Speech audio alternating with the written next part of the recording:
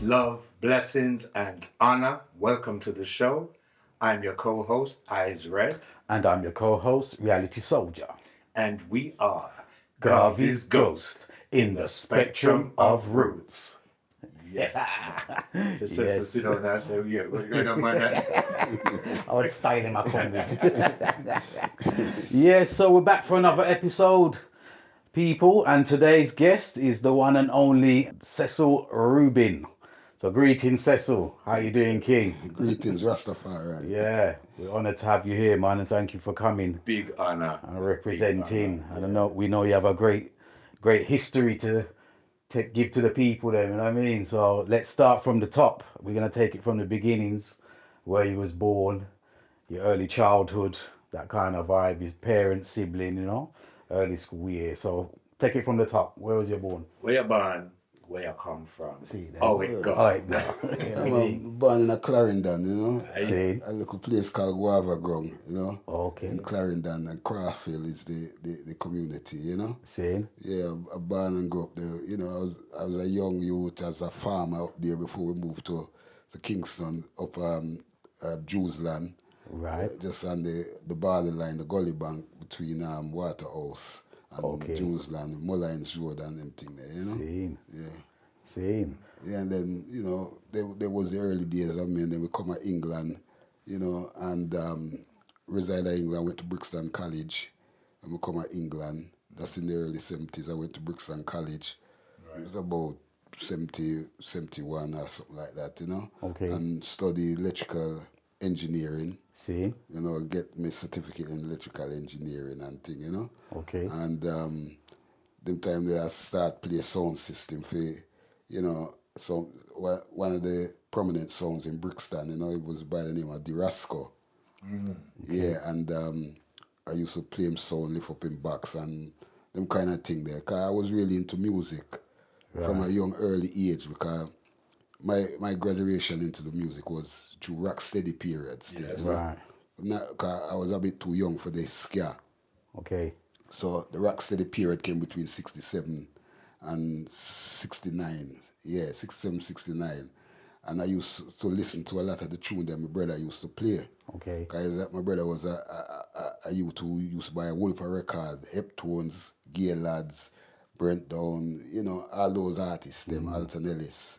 And I was fascinated by the music, especially the harmonies. Because those are the time when Rocksteady used to get a lot of harmony groups, especially the Heptones. Right. And used to fascinate me, And that made me get a love for the music during the Rocksteady period, So those harmonies, that's right. That was kind of the feed off of vibes that the Jamaican music industry had from those great R&B artists in That's America. right, that's The right. Impressions. And Yes, right. yeah, Curtis Mayfield, Yes. Impression. A lot of the artists them learn from those artists, Man like Derek Harriott, Delroy Wilson, Alton Ellis, a lot of great groups. Them time there was groups. Yes. Groups in the Rocksteady period, and it was really nice, Arrogant. Yeah. Back at them. So when me, there college and leave college, I used to go and lift up the Rasco box and thing until I become a selector upon the sound. And we used to be like the roughest sound in a Brixton. Okay. Same time there, roughest sound in a Brixton. And we start to play the Rasco until I get a chance. My father give me £1,000. Wow. And me use that £1,000 and build a little sound system for myself. Wow. You understand? And we call it Duke Cecil. See? All right. Yeah, Duke Cecil. And it was a little party song we used to play, £1,000 must have been a lot of money in them days to be No, a sound, £1,000 though, was a lot of money, because with that £1,000, I buy 2 pieces of amp and get a preamp. See. You understand? And we used to go thief wood and them thing there. As you do. do. And wire. And build up with box them and thing. And me had 2 bass box and a mid-range box and some taps, We used to just go and play in a blues dance and get popular in a blues dance, in a Brixton. Because Brixton was there, and Duke Cecil was a name where it was all young youths and thing, and we build up a good little following and them thing there, until me get a big following. He used to follow me, you understand? And then moving down to around about 72 and all them time, you know. Me kind of start, I look on the root side of thing, you know, because them time that was party and girls and thing. Yeah. We start look on the root side of things, you know, culture side. Yeah. Because 72, a youth wake up in a Jamaica named Big Youth. Yeah. We Yeah, know as youth. Jai Youth. Yeah, that's right. And he come up with a LP called Reggae from an Animal. I don't know if you remember that LP there. It's Reggae from an Animal. And the tune on it called I Pray Thee. See. You know, and me listen to the tune and me say, boy, that tune is my favorite Psalms. You know, why does the Eden range and the people imagine Yes. such vain things? Yes. False kings and rulers of the earth to counsel together against the Lord Oh, God. and against his Oh, be you the chant that. Yes, man. And choose that one of my favorite songs where my granny and them used to always read to me and think. I said, wow, that's kind of licked me. And it changed my life, you know. And I start looking at the Rastafari faith, you know, and Seen. start becoming Rasta in a sense. And, you know, those were my early days. And them time they in a Brixton used to have some Rasta community. Some brethren named Pepe Judah, Malachi, Bingi. You know, I start move around them Seen. as Rasta elders and start to listen to them and what them I say. And we get me little teaching as Rasta through those brethren, you know, Right. and thing. And that was coming up around about 73, coming into 74. The golden age. Yeah, Call it tell you. 73, 74, you know. Yeah, yeah. And then at the same time now, me even meet Bob Marley within that period of time, you know. Go on. You know, and them time Bob Marley not dread yet, you know. Bob Marley have him little afro here and thing, you know. Yeah. See. And he came and done a few shows in England, you know, like clubs and these Yes. little thing and thing, you know. We get to know him and thing through those same brethren. Right. Because those brethren was like through them was the elder Rasta in the community at the time. Them get to know Bob and start bring Bob around, you know, us and you know them start teach Bob about Rastafari. They more exposed to Yeah, their yeah, teachings. because Bob never know nothing about Rasta them time. Them brethren there See. teach Bob about Rasta, no matter what you hear anybody say. We can tell you, 'cause I was there and witness, you know. All right. Okay. Bob teach those brethren teach Bob about Rasta. And then Bob decides, say, well, why am I take up the Rasta vibes? Them still never dread up him head yet, you know. You understand? 'Cause I think Bob start dread him ear about 75. Okay. Yeah, about 75, about 74, 75, Bob start dread. You know why me know that? Because me start dread the same time. See. You understand? Okay. 'Cause when Bob start dread, me start dread. See. Because when Bob come back to England about 76, after certain things happen at Jamaica, me see Bob with him dreadlocks, long. Farms. And me said to Bob, said, boy, imagine me and you start the same time. And look where you feel your dread there, mine still picky. And what go on? What you a do? You understand? Yeah. But through him was mixed. Mixed, and, yeah, and then yeah. ear grow fast. You know, Yeah. that's the reason why I'm everything there, you know. So within the mid-70s there, we run Brixton, I preach Rastafari, right? And we change the sound from Duke Cecil to Jazz Cecil now. Okay. You understand? Because Rasta thing. And Yeah, man. we call it Jazz Cecil and rare. And then the brethren them, the Rasta brethren them said to me, say, well, because we get a place at Kennington at that time, Right. named St. Agnes Place, we call it Rasta House. Yeah. Right in the Kennington. We get a place down there. And them say, why you not bring your sound down there and be resident sound? So I bring my sound down there. My sound was a resident sound down there. And I change the name from Duke Cecil now again. And we call it King Rastafari. You understand? Statement. Yeah. Because we the Rasta house. Yeah, man. Yeah, man. And thing, we call it King Rasta. So we resident down there. We play Wolper song come down there and play with me, you know. Down there, Right. Moambasa, Coxon, See? Fat Man. The whole of them come down there and play with it. We was a resident song because we was Rasta and so forth. You know, you understand? The younger person who never come down there and play was just Shaka. Right. Because I want to tell you something too, you know, where a lot of people don't know, you know. When Shaka start theme song, you know, we start my song before Shaka, you know. See. I mean, I play Rasta music before Shaka, you know. See. Because when Shaka start theme song, he come see me and play Rasta music. See. You see the style where I play? Yeah. Me I play that long King time before. David Yeah. style. Because Shaka used to play a sound name, I think Freddie Clover's sound or something like that, before he built theme sound, you know. So, before he built theme sound, I could say we start roughly the same time with sound.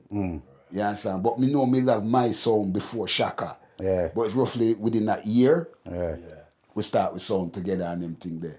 and Shaka start play Rasta music and them thing. But me I play Rasta a long time because we amongst the Rasta community in Brixton, Yeah, like we yeah. say, with Cecil and Nucleus. yeah, and thing, you know. So your early introduction was in your teenage to Rastafari was in your teenage years then? Yeah, that's right. That's right. Seen. That's Okay. right. And you're moving in the Rasta house and your son is called Ja. Jah Revelation music, but I No, wasn't Jah before that, Revelation. yeah. Like we say, we When you end went to the up Rasta house, King King Rastafari. Rastafari. See Tho- there? those were the days, one of the best days of my life. Right. Because at them time they I beat out Bob and everything and thing, you know. Because the other day I go watch the Bob film, you know, and I was a bit disappointed with the film because a lot of things in there it wasn't true, you know. See. Because we was there and we know what happened, you know. Especially the part where them say Bob was in England because him get shoot at Jamaica and him come to England, which is true. That is very true. But when him come to England, amongst we him there, you know, Same. them not depict that same amongst the Rasta community, the Right. Rasta house, you know. Amongst we him them sit down and eat and there with we and when him go up on any tour, we was like him security everywhere. Right. Go we with the part where them a show him a play ball in the park, and we him a play with, you know. Yes, and we really that, you Okay. know. When the time you see me play ball with people, are we the Rasta community, I play with over Kennington Park or Battersea Park. Yeah, and them thing there. And when Claudia Mossap and Bucky Marshall, because I know them youth they from Jamaica, you know, you understand? One from Tivoli and one from Matthews Lane. When them come to England to ask Bob to come back to Jamaica for do the peace concert. Yes. And we arrange the meeting, you know. No people don't know them, you know. And we because in a Rasta house the meeting take place, you know. You understand? Because we get Bob to come down, and we get Claudia Mossap them to come down, and he's in the kitchen. We sit down and at the meeting with Bob and Claudia, and Bob decides, say, yeah, I go back to Jamaica with them and do the peace concert and thing there. But in the film, me see them show like Baba walking at the park and Claudia and Bucky just suddenly walk up and say, hey, Bob, yeah. Idiot thing, But then just buck him up. them just buck up in the park. When I see that park, I laugh. I say, two people don't know, you know, but that's how it goes, you know. Well, Hollywood should I come get the history from you? No, but you see, the thing what we say about the film, them not come and ask we but for anything to tell the real story. It's just something where Rita just make up with her head and say, yeah, let's go with that. Right. To make herself look good. You understand? But it's we know Bob. We know everything about, because Bob talk to we and tell we everything. You understand? We know everything about the political things and why he get shot and who shot him, everything. We know everything, you know. But it not even Ziggy or any of the sons them or the daughters know about them father because they were little kids at the time. So they couldn't know nothing about them father. It's what them see or hear or what the mother tell them. You understand? But it's we, the Rasta community, who know about history.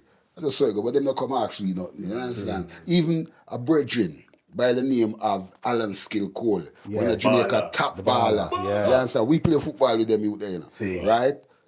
He was Bob's road manager. Everywhere Bob and go. chef as well, no? And chef too. You understand? Anywhere Bob there, Skill Cole is there, you know. Right? Me never see Skill Cole mentioned no time in the film at all. Not once. And Skill Cole would tell you the whole history of Bob if they did want the real history. Because Skill Cole was there all the time. And Skill Cole is Jamaican national footballer. You understand? So I them thing there, you know, a little thing, you know. But that was 70s. That was the 70s, going up into the mid 70s till like Bob go back to Jamaica and them thing there. Them time we still there Rasta House. Them time we start the organization, the 12th Tribe of Israel. In Rasta House. Because that's where it started, you know. In Rasta House. And me and a few brethren, we lived there in 1979. You understand? Because there was a split within the Rasta community and so forth and things. So there was a division made. Some man wanted to do something else and stay in the house. We did want to do something else. But the two couldn't work there. So we decided to leave. And we think so we done do the right thing at the time, because if you look now, there's no Rasta house. It doesn't exist no more. You understand? It licked down and flats make. But we who leave, we buy a premises, and we still have that premises from today, which is worth over £1 million. So you see, we done the right thing. So, you know, people can say what they want to say, but, you know, we move and we know why we move. See. It's like we saw a vision and Right. we looked at it and said, this not gonna work, so you know. See. You understand? Because Rasta House end up turning into a drugs then and See. people sell coke and weed and all them stuff down there till it get mashed up. You understand me? I say, yeah. So 1979, we leave and we start function as a 12th tribe of Israel. You know, go around the place and we buy a place up at Streatham there and thing. And this is where my life within the 12th tribe of Israel really started, you know, Okay. in a sense. Although it started on a Rasta house still. You know, because even Bob is a member of the 12th tribe of Israel. Dennis Brown's a member. All the artists we say, all members of the 12th tribe. So 79 we start and we are doing things as 12th tribe. And 12th tribe, them say they want a sound for keep dances. Because the dances was a part of funding the organization. That's right. So I volunteer my sound See. and for the use of the 12th tribe of Israel. And it was me and two other brethren, them had a little smaller sound than me. And we join our sounds together and we call it Jah Revelation Music. See.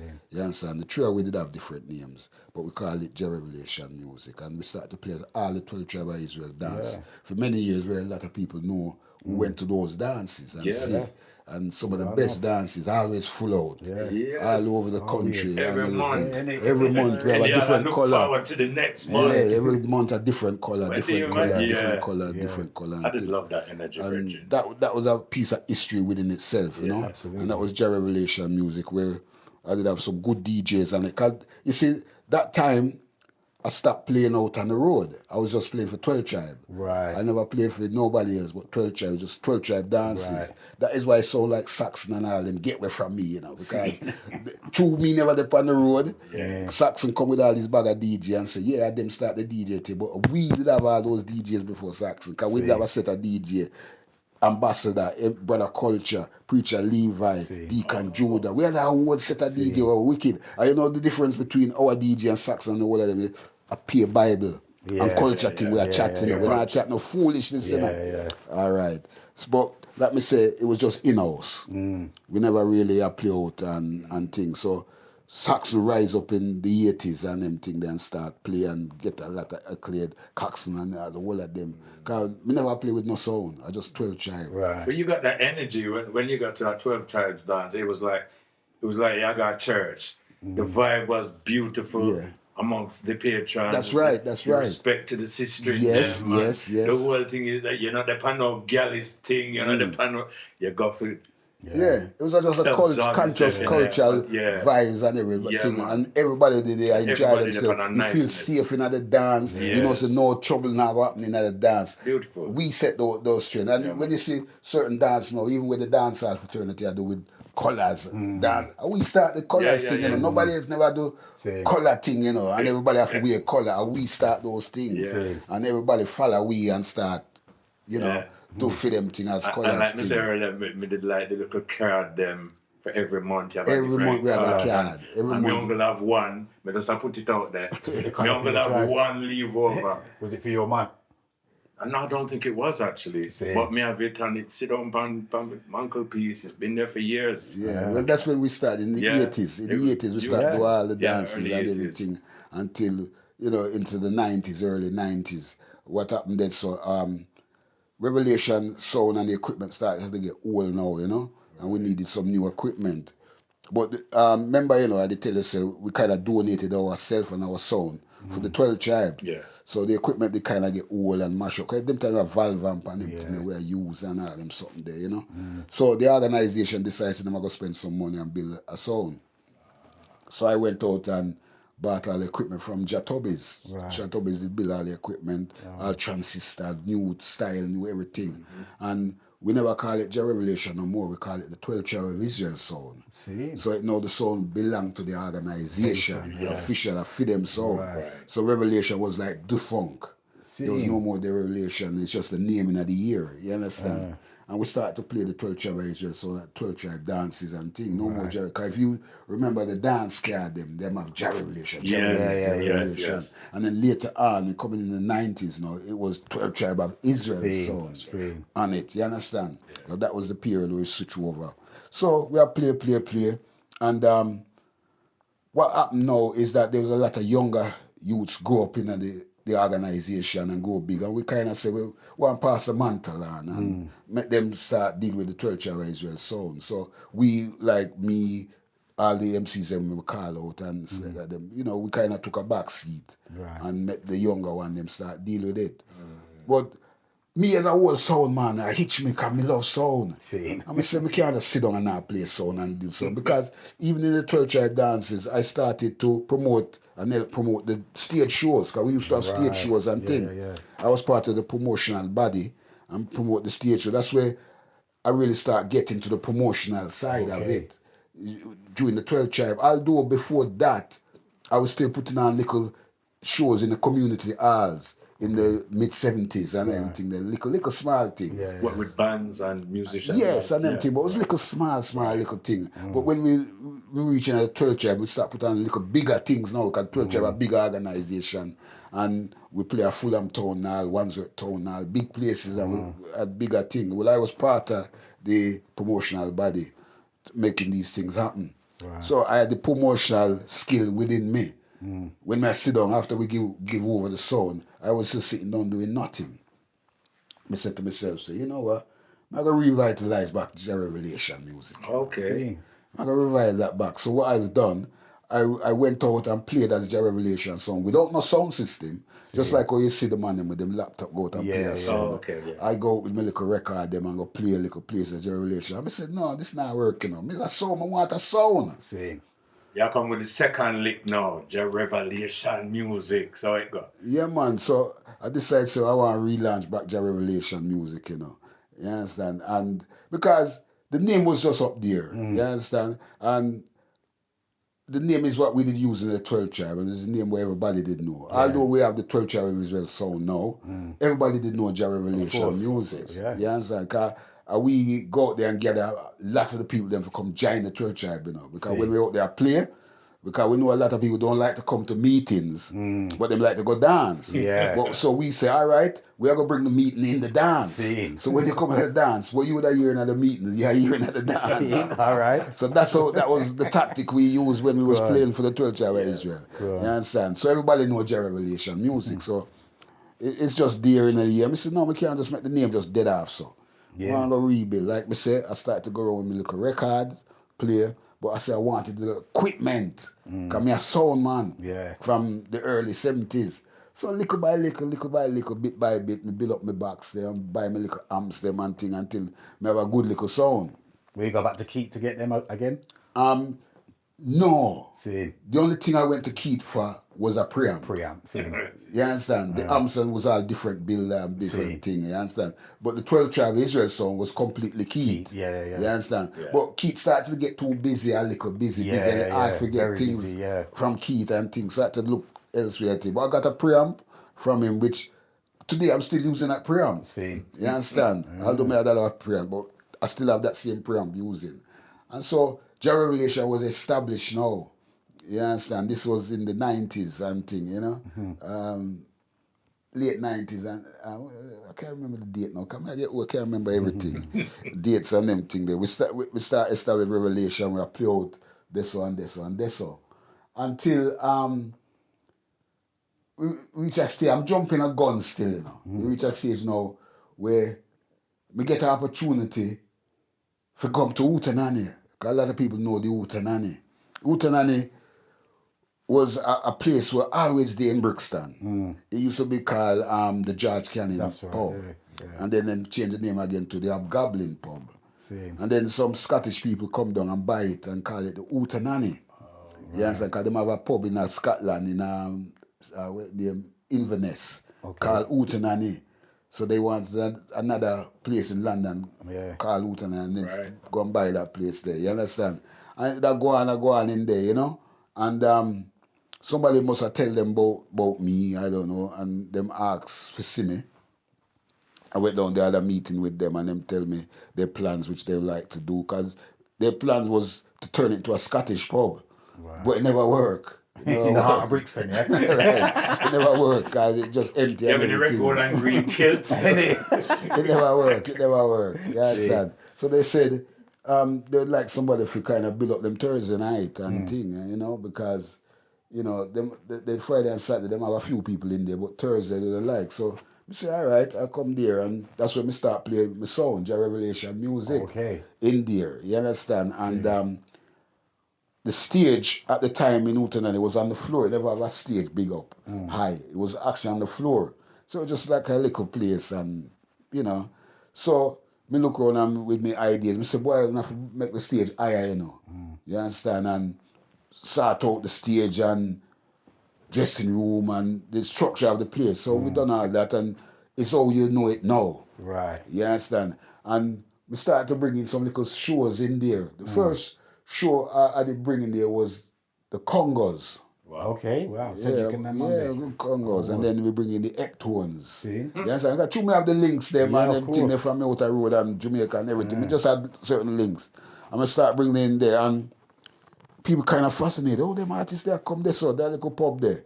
You understand? They couldn't believe it. So Right. people just couldn't believe so them artists. So So can I just ask you, yeah. rewinding a little bit, when you was doing the shows for the 12 tribes, you wasn't bringing no artists from Jamaica them time there? No, because the 12 tribe have them own artists. Same. We had artists amongst the Right. organization. Okay. You understand? Like I mean, we used to bring in some big artists. We didn't bring them always when them die. Okay. Like Freddie McGregor, because they are members of 12 tribe. Yes, sir. You understand? Dennis Brown's a member of 12 tribe. Because we done shows at the Brixton Academy with Dennis Brown, Freddie McGregor, 12 tribe show, you know, and everything there.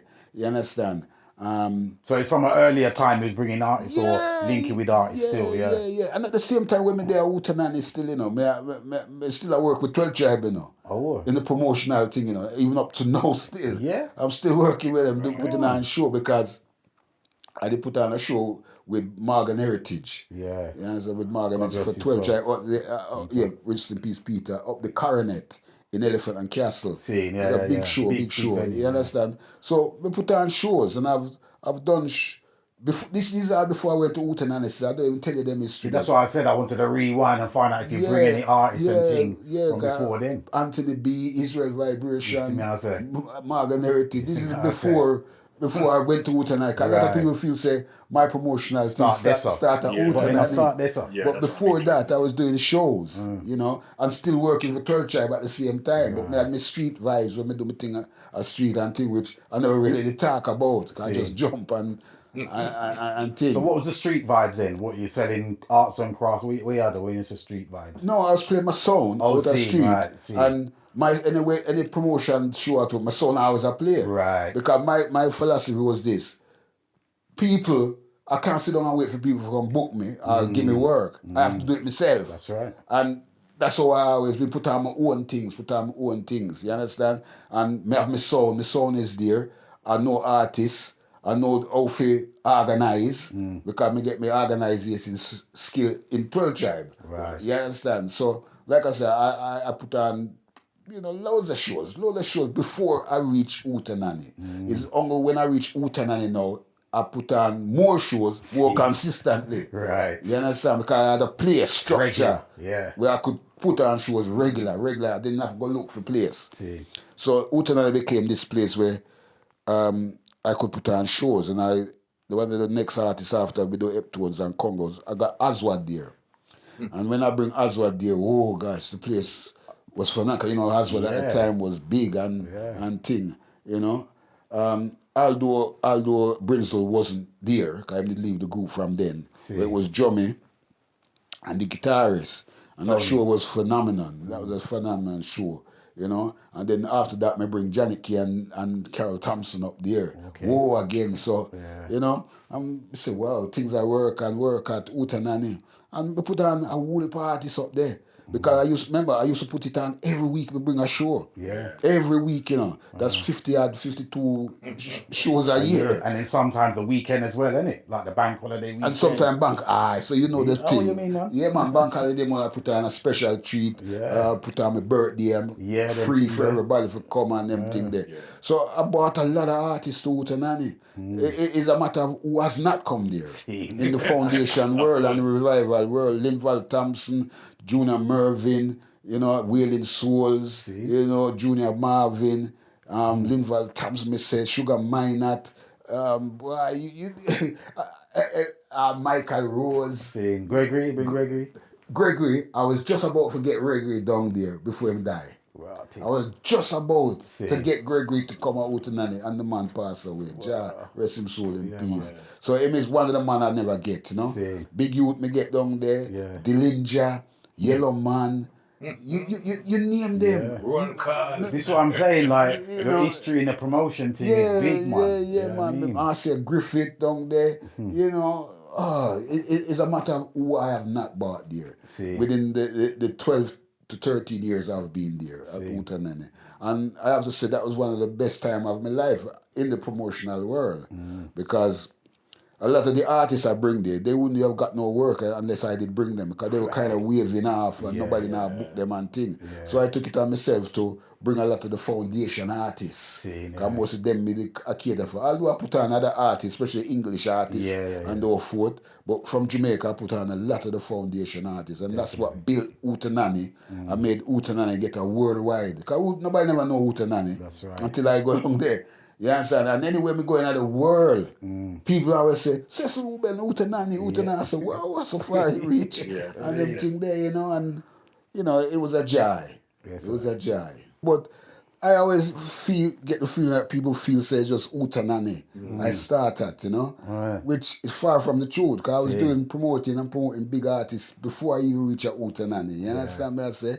Because a lot of people don't know some of the shows. Well, a lot of people do know. But like I said, majority of people know me from Utanani. Yes. You understand? And I have to give thanks to my brethren, Mikey, you know, Irie Heights. I don't know if you know Irie Heights. Because me and them used to work together and do a lot of shows together.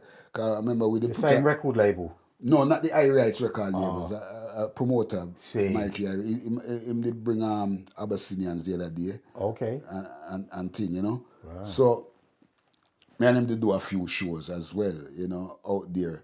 We did put on a Barry Salmon big show, one of Barry Salmon first shows, you understand? And we did have that up, we call, near, what do you hear her name? The Apollo, is it the Apollo? Hammersmith? Hammersmith Apollo, Oh, yeah, we did we do a big show with Barry Salmon up there. It was a successful sellout show, you know? And that was propelled Barry Salmon to become one of the great artists. You understand?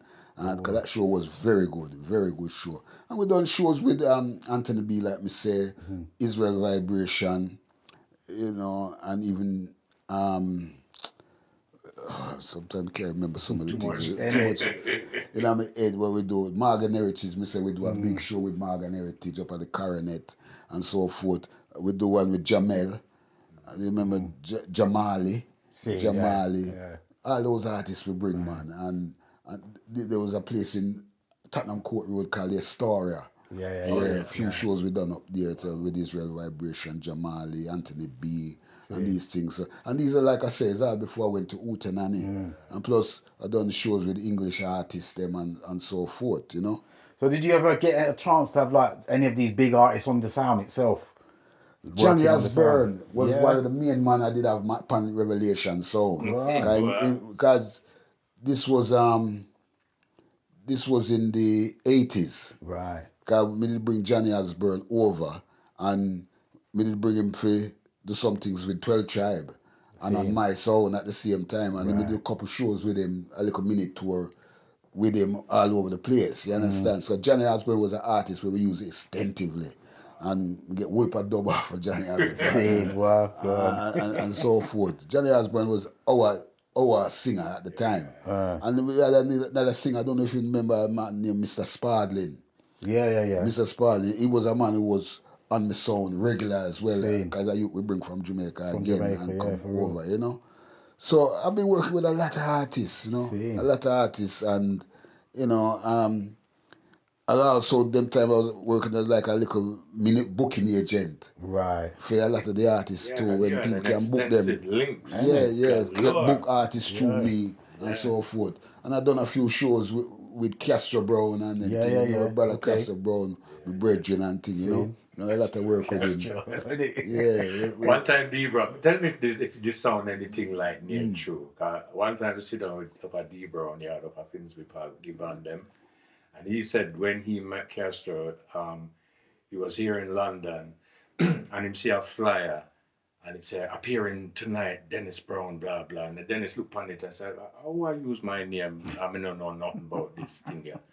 So Dennis said, I'm going to ride, go down there and see what I go on, because somebody I use my name for promote. And I'm go down there, Castro put on the thing. That's what D. Brown tell us. I don't know if that was true. No, well, and then they became good friends. I don't know. Well, that could be true. Yeah. I don't know exactly how they meet, but that wouldn't surprise me if that was how it happened and them things. Yeah. Because we know Castro good, and Castro is a good man, very good, and I'll help a lot of people. But it wouldn't surprise me if he do that show up with That's enterprising. Yeah, but there was a good combination between Castro and Dennis. Yeah, And they did have a place down at Battersea Rise in the record shop there. Thing, you know, called Dead Music and them things. 15, 16, 17. Yes. A whole lot of great things that come out of Dead Music. You know? Junior Delgado, 15, 16, 17, and Dennis Brown released a lot of great tunes on the Dead label and them thing there, you know. And it was a good partnership between them, you know. And they become good virgins. And that was before the Yvonne Special label, isn't it? Yes, that's right. Yeah, because the Yvonne Special label come out from there, you know. You know, because that was Dennis Brown's wife and thing, and made a label, you know, complimenting his wife and thing. And Dennis Brown is a man we do a lot of work with, you know. Because me always say, if Dennis Brown was still alive, I would be doing a lot of work with Dennis, you know. You know, because Dennis done a lot of work with us in the 12 Tribe. Yes, he was a 12 Tribe member. And when Dennis come over, and we had put on shows with him all over. It's me and Dennis Brown I move and I drive up and look. I kind of had to look after Dennis. You understand? And even when Dennis had him problems, you know, it become a bigger problem for us. Because, you know, when people deal with certain substance and things, they don't know themselves. And we have to always keep an eye on Dennis and make sure say certain things happen to him. Yeah, it's sad, you know. You know, but Dennis Brown was a really good youth. He had a loving heart, you know, and him give so much to people. You understand? And people take advantage of him because they know him did have a problem and too, you know. So we have to kind of keep him close to us. You understand? And thing, you know. Anywhere we go, whether in the America or Jamaica, we have to really keep Dennis because he was like a treasure. He was a treasure to us, you know. Crown Prince, isn't it? Yeah, man. So rest in peace, Dennis. We miss you. Man. I tell you, man.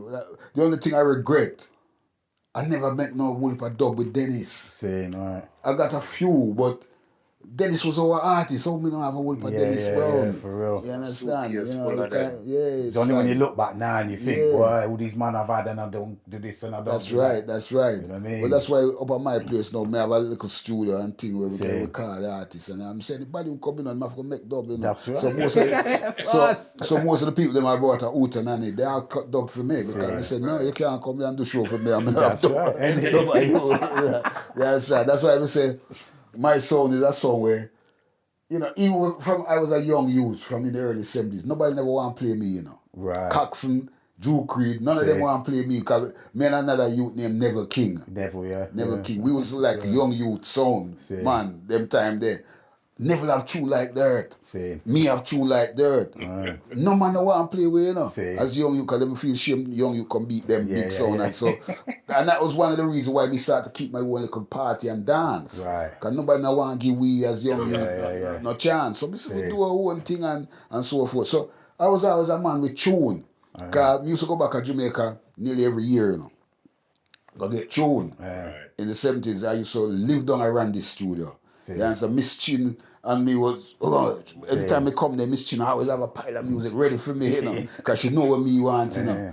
And me used to live in the shop there and thing and buy a Wolper 45, this and that, and then go down at South Parade and Joe Gibbs and Wolper Tune Aquarius and thing and boom, you know, and get Wolper Tune and me and Scorpio. I'm a key that because Scorpio used to live on my road. Black Scorpio? Yes, Jack. He used to live on the same road as me and thing down at Jews Land.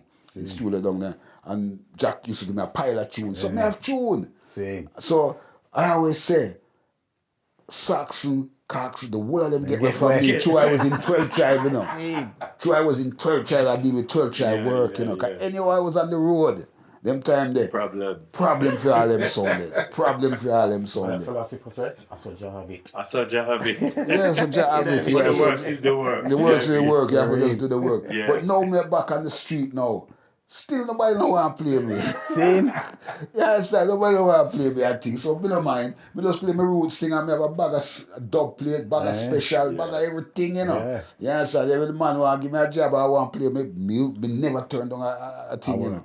Yeah, so me say, cause me a sound man, you know. My first love is sound system. People think say is a promoter and thing, but my first love is sound system. You understand? And all as I am and everything, we can never don't want to play sound. We love play sound and thing, you know. It's wonderful that you still got the set going and still putting in the work, kid. Yeah, this is I put it in. But me youth them now come up and take the mantle, because them kind of run the sound now and because your son used to engineer at Hootenanny at one time, innit? That's right. My son Jerome, Jerome, that's it. He was the engineer at Hootenanny and them thing there. Him kind of run the sound, I deal with the sound and engineering and those kind of things. Well, Jaime help him, teach him and thing, innit? You mean I'm in the security? No, Jamie. Oh, Jamie, yes, Jim. I mean, bring Jamie from Spain, come here, you know, because I got to Spain at Rotterdam, because I do some work with the Rotterdam team. And I see this youth here, and I say, well, you come to England and we give some work, you know. Yeah. And come to England, I imply him to come to the engineering at Hootenanny. I know James is one of the top engineers about now. And they're Jamaica right here now too. Yeah. So man, I work with the Rotterdam team.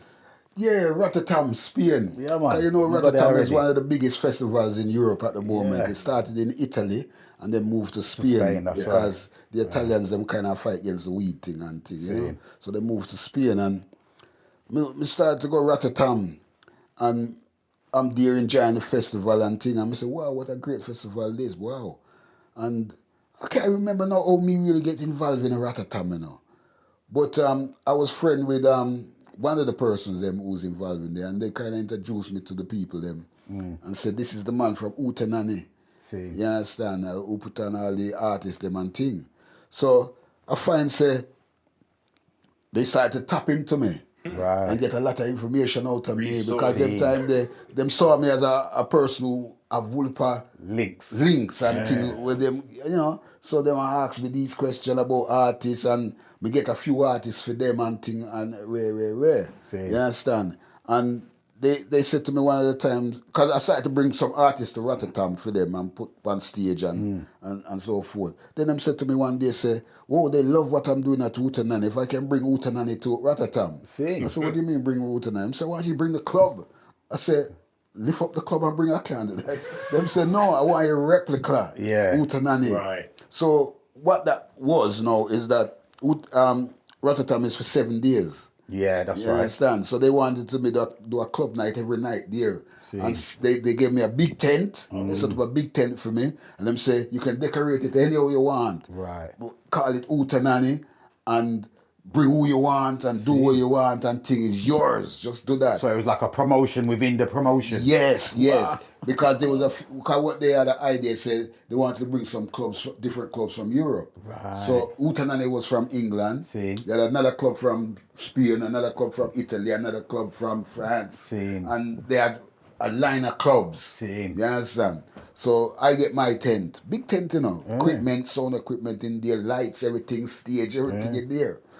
So I set up the Hootenanny and bring in my artists, them, my DJs and everything. It was very good, very, very good. And sell me drinks just like it. I had my bar and everything. So it was actually a Hootenanny. I had a big Hootenanny sign outside and everything. So the people them who come at the festival now, they had a choice. They could either go to that club or that club or that club because, you know, it's a thing. But every night my tent full. My tent ram. Just like proper Hootenanny and everything there. And, you know, it was a joy. Because I never experienced nothing like that before and everything there. But what happened, there's a thing happened to me out there because we love with beer. Because at the back we store with barrel of beer them and thing overnight. Because I remember it's every night. You understand? And it's like a couple of nights when we go in the morning now for set up back with bar. We find say, all the beer gone. People come thief with beer. We feel say the other club them thief it neatly, you know. Sabotage. Sabotage because them know say The rest are going too good. Yeah, going too good. And a couple of nights that happened. And make me lose a lot of money. Seeing, yeah. You understand? Because we have to pay for the beer them and all them Yeah, thing there and so forth, and pay artists and pay staff and, Yeah, and yeah. everything. And we lose a lot of money in that project. So I never bother with it again. See. You know, it just disheartened me because I don't know who thief it. It was just neatly. You understand? Yeah, and yeah. the Rotterdam people, them not replace it. And See. you know, them say, boy, I have to buy more beer or whatever. I want See. to buy beer and them thing there. So it kind of crammed the operation. You know, I kind of lose a bit of vibes with it and things, you know, and never really push to go back and do certain things. I do my little things still with them, but my infusers is not as great as when Right. I did first start, See. you know. So that kind of led me to kind of try and work with some festivals in England. Okay. So I done a few festivals with some people and them think I done Stockwell Festival, I done Windrush Festival, and now we're doing City Splash Festival in Brackwell Park, Right. which is good. It's very good because Same. over the years we never had the opportunity to do festivals in England. We as black people, because it's always white people, them kind of get the chance, and we have to work for them and them thing there. Yeah. And it was never we. So, you know, it's good when we can come together and do our own thing. 'Cause we could do it, we can do it. Because what they can do, we can do too, you know. course. We just have to come together and deal with it. And is that what we done? You understand? And we had Windrush Festival, Stockwell Festival, and some other little festival, now the big City Splash Festival, which is a big festival, 30,000 people for the last 3 years. Every year we get there. So we know, so we're doing the right thing. Yeah, man. And we is now in control of a festival. We can bring who we want, do it how we want, and so forth. And we should say it work. And this what you've been striving for this for so many For years, so many isn't it? years, because it's even from the 80s and them thing, we are trying to get venue, park, or open space to keep our own thing.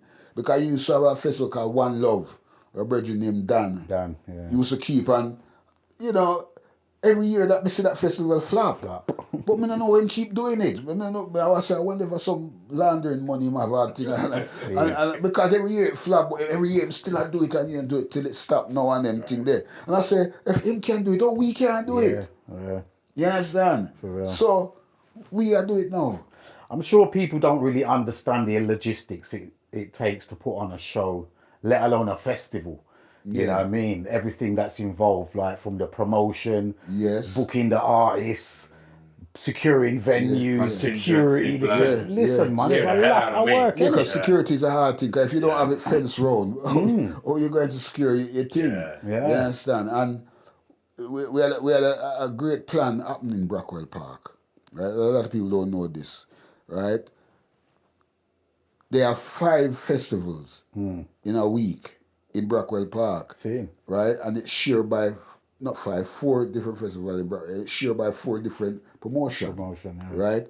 One is City Splash, which is we. Yeah. One is on the track, Right. which is I think drum and bass, and another one is something else, and the other one is something else. So, but we all share the one Nicky's compound. one is one yearly. No, Nicky's one, which is the country show. Yeah. That's usually in July. See. You understand? Which is completely different and free. Right. But this one I talk about is fence round. See. It's fence round, and everybody, the 4 different people use the one facility. Right. Like one we use Friday, one we use Saturday, one we use Sunday, and one we use Monday. Right. We are going to do the Monday one. See. Right? Bank holiday Monday, that? Yeah, bank holiday Monday.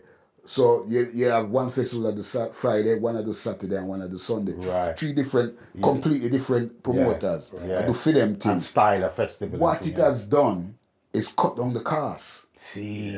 Because if it was just one person doing that, we'd have to put up the fencing, put up the stage, put up everything. But if you have 4 sharing this festival, that means it split 4 ways the cost. Yeah. And that was one of the great things what could happen in the Brackwell Park. Right. 4 different festivals. But it's only one is the reggae one. See. You understand? And what we all always share the same facility, the staging. And everything. split the cost between the different promotions. And that's how that one, that's how a lot That's of people good don't know networking, that. man. Yeah. That's good. That was good networking, and we find out that, and we jump on that, you know. But moving on from that, I'm working on some other things as well. See. Because I've got some plans. I'm working with the Reggae Sunfest people in Jamaica. Nice. You understand? Because they want to bring Reggae Sunfest to England. Wow. You understand? Wow. You know that is a big Yeah. festival in Jamaica. Now they want to come to England, and me and them is talking. We're trying to look venues to keep it, Okay. especially football ground. Okay. Because we talked and we said football ground will be a great place to put on this thing because the security is already there Yeah. and everything, entrance, Yeah. self-contained. All we need is a stage in the middle of the pitch. But enough of them Arsenal and all them do it, you know, King. Well, Big- we big got show. Charlton already. What you see there? We get Charlton already. Yeah. Charlton said they don't mind putting it. We're just talking price and thing at the moment. So look out. You may see Reggae Sunfest in London at Charlton Football Ground. thanks. And you know, if it's successful, we do it every year. You understand? on. So I'm working with George Jovanovic. I don't know if you know George Jovanovic. He's the CEO of the Reggae Sunfest in Jamaica and thing, you know? Right. So there's things in the pipeline which are moving up from, you understand? Sound good, man. You know, stepping up from Utanani and them thing there, you know? Same. I mean, my kids, them always said to me, say, boy, Dad, why you so working so hard? Rest no, man. Just tell me what you do and we just deal with it. Same. But, you know, you love the thing. And you Yeah. them did that with me still at work. But me love being there and things. So Yeah. I just hope God give me more life and long life so we can see and fulfill, you know, those things. And me still play my sound.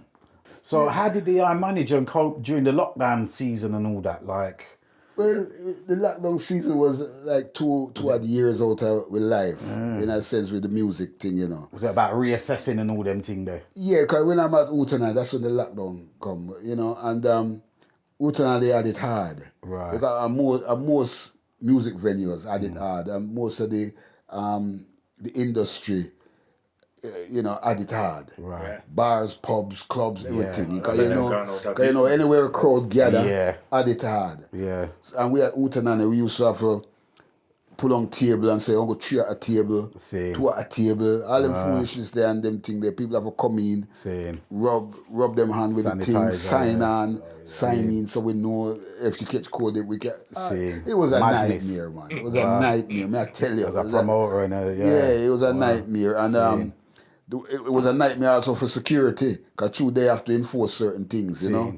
Because, you know, when in a club, people are sit down, they want to get up and dance. And if somebody get up and no dance. dancing in it. That's right. Yeah, There was yeah. no The dancing people in get up lockdown. and dance, security have to say, no, sit down, sit down, sit Yeah, down. there was no dancing in lockdown. Bro. Yeah, people some foolish rules and that's why we know so the whole. That's why we know so the whole thing was a fraud, you know, because a Yeah, joke. man, When you look really. back on it now and look back, you say, but wait, what we really did I do? Innit? You understand? For And real. you line up and you have to line up 4 feet apart and all them something there. We have to yeah. enforce It was a all these madness, rules. yeah, for Because if real. we don't enforce these things, they will curve our Lock you down, license. yeah.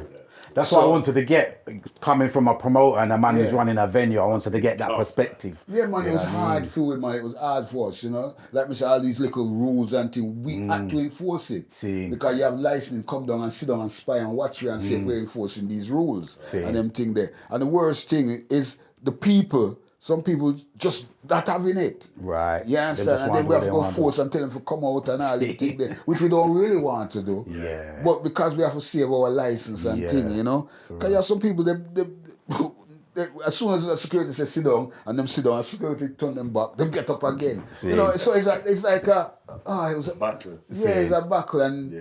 we went through a period of time with that, because before that they kind of locked it down completely, and we couldn't, and a lot of people just start get hungry, and people don't not get no money and no pay. You know, it was kind of hard on a lot of people, especially the staff. You understand? And when they said yes, you can come back, but at a restricted level, we said, oh, well, there's a light shining. See. But that was a nightmare. Right, It was a thing like something better than nothing. Yeah, that's how we did feel. Yeah. But when they told us the stringent rules that we have to See. do and all that, More we work. never up and back, to tell the truth, you know? A lot of companies, they hit the wall, brother. Yeah, On because lot of business.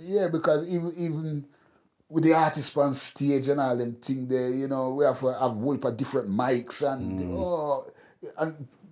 Yeah. you know, everybody have to use a separate mic and Change up the whole thing, So innit? not so much I choose, I won. Yeah. yeah, you know, it was hard upon everybody. The lockdown was really hard upon everybody, but we got through and we come out of it, you know. And the day when the government said, "Well, lift it up," was probably the happiest day See. I would life for that period of Relief. Back to time. normal, Oh my for gosh. real. Everybody was so relieved, you know. But the only thing with that relief, we were wondering if they're gonna do it again. Yeah, That was always on the back of our mind, so they were gonna do it again, you know. But So, go on. but me can just tell you, say, within that period, we always say it was a fraud. See. And the funny thing about it again, this thing what they call COVID, I was at Wootenanny, and me in the office, and there's about 7 of we in the office at work, right? And 7 of them at some time see them catch COVID. I was the only one who never catch COVID, Same. you know, in the office. Same. And these are all younger people than me, you know, because them say it's a old people thing. Yeah. You understand? Yeah. And I was the oldest one in the office. And Same. every one of them catch COVID. So them say, I don't know what COVID does, because I have no clue what it was. You understand? So I want to say, what me I do different from them, which I don't know. More than I do what I always do, eat good food, do exercise, drink good juice, and you understand? So that is always was a mystery to me. See. When people say them catch it. Right. Because I there in a place where there's a crowd of people at work, right? On the dance floor I'm talking, you know, and in a club with a crowd of people, and in an office where 7 people is, and I'm the only one in there who never catch COVID. See. Yeah, and in an environment, if one man catch it, everybody's supposed to catch it. Yeah, because them always used to say, Cecil, how come you don't catch it? Yeah. And I used to laugh at them and say, you know, I always say it's a old people thing, and I'm older than the whole, you know, look at me. You understand? So it's still a whole mystery and question mark over that period of time. I don't know, you know, I don't know. But people say them catch something. I just feel so them just catch a cold, personally. I don't know, but some people say them really catch something with different. I can't analyze what them say, because them feel it and catch it. You understand?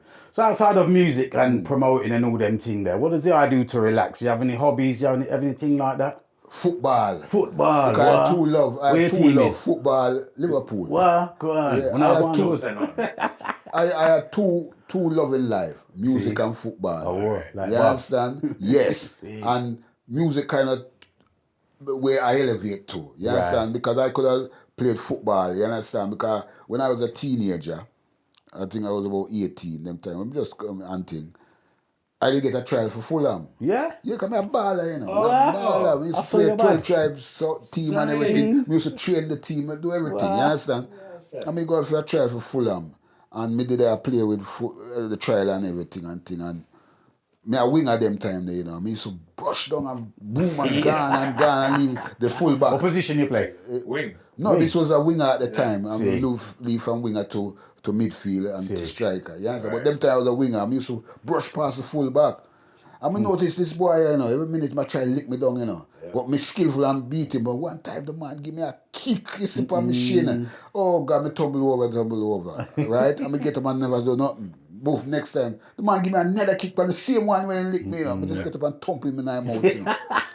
Just get up and thump in my mouth. That was the end of my football career. Scene. You understand? That was the end of my football career. Maybe I could have been a big player. I don't know. I just carry on with my music and them thing there. But football is a thing I love. Till now, me support Liverpool. And do you go to games, go to matches? I used to back in the days, but not go so much again and thing. But I watch every game them play. Right. Even if I don't see them, I make sure it recorded and I go home and I watch it. Been to Anfield? Oh yeah, many times. Atmosphere. Oh yeah, man. Me have all the program them everything and thing. Yeah. But that was in the earlies. That was like in the 70s, late 70s and them time. Them. I don't really go much and them thing. I was too busy and them thing there. But football is my love. Me love football. Now I have a problem with woman when it comes to football.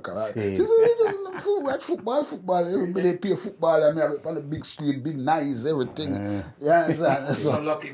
You're lucky, you know. My wife love football. Yeah. Me and I sit down and we'll watch her football. No, she like football, but the way me crazy over football, me in there, I make up nice and I cuss bad boy and I said this